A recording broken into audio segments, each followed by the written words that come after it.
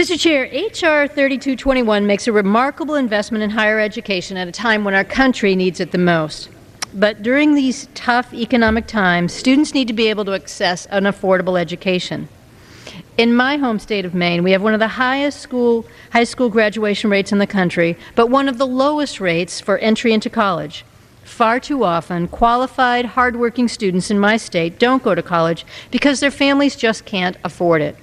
President Obama set a goal that by 2020, America will once again have the highest proportion of college graduates in the world. Investment in our community colleges is essential to achieving this goal in Maine and across the country. Community colleges are a critical resource for new and returning students who want to further their education and enhance their job skills. They provide a wide variety of innovative educational programs at affordable rates. And American families recognize the value of community colleges. In my state and many others, there are waiting lists because the community colleges can't handle the demand. That is why we must ensure that these schools have the funding they need to construct new facilities, as well as the ability to renovate and repair existing facilities to create safe, energy-efficient, effective learning environments. The need is high. The American Association of Community Colleges estimates that it would take roughly $100 billion to fully fund the construction and renovation of community colleges across the country. This far exceeds the $2.5 billion that we have set aside under this bill. Unfortunately, when this bill was originally drafted, it included a provision to prohibit any community college that received Recovery Act funding from receiving grants for construction or repair. That's why I'm offering this critically important amendment.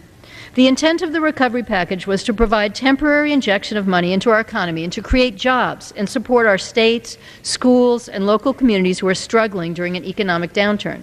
States were encouraged to use this money for facility improvements and modernization. In Maine, every community college except one accepted this funding. They had no way of knowing that using these funds would interfere with their ability to access additional support. These schools should not be penalized for accepting this help.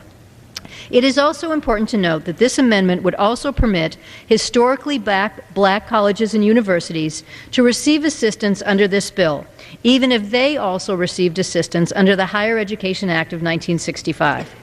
These institutions play an important role in our educational system and should not be excluded from the benefits provided by this bill.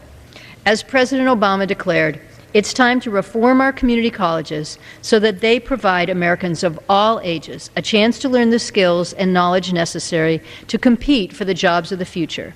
This amendment and the underlying bill will help do just that. I urge a yes vote on this amendment, and I reserve the balance of my time.